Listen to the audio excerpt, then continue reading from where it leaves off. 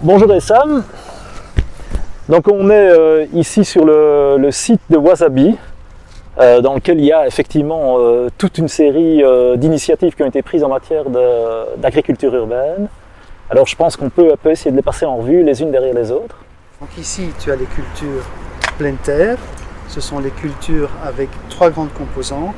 Le SPIN, Small Plot Intensive Farming, culture sur bande étroite et de façon très rapprochée. Des cultures en butte, on étudie un peu différentes compositions de butte. Et un troisième site en cours de construction qui est de l'agroforesterie maraîchère avec arbres fruitiers qui encadrent des bandes de légumes. Dans l'agriculture hors sol, on a deux systèmes aquaponiques, donc ces plantes et poissons ensemble où chacun des protagonistes permet à l'autre par exemple un meilleur rendement.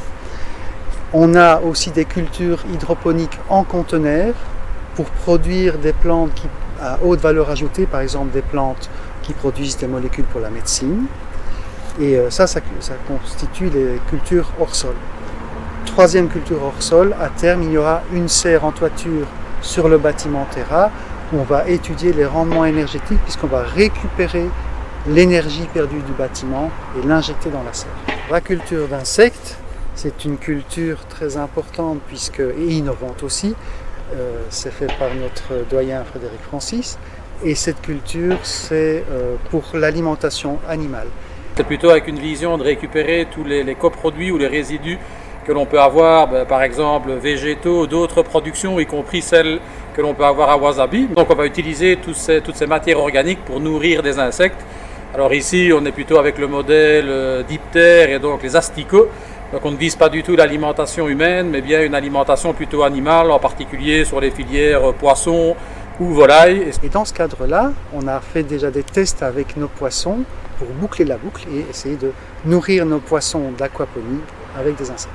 Pour les parties biodiversité de Grégory Mailly, il y a plusieurs endroits dans la faculté où on retrouve cette biodiversité. Ici, on a en toiture des espaces, des infrastructures vertes qui accueillent des expériences de reconquête du végétal sur ces milieux.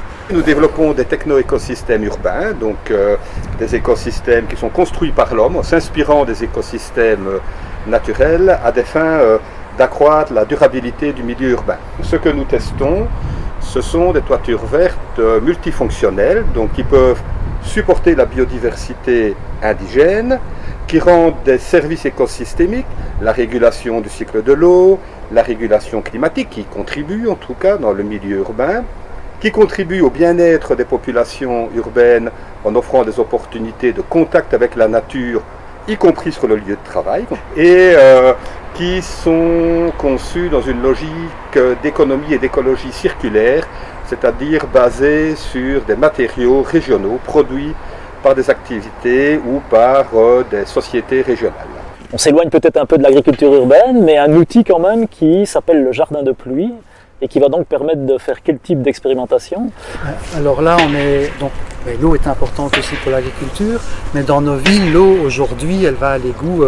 Et l'idée là, c'est de montrer de façon innovante, plus douce, de faire circuler l'eau, de l'amener là où on veut l'amener et de la faire aussi parfois percoler dans le sol de façon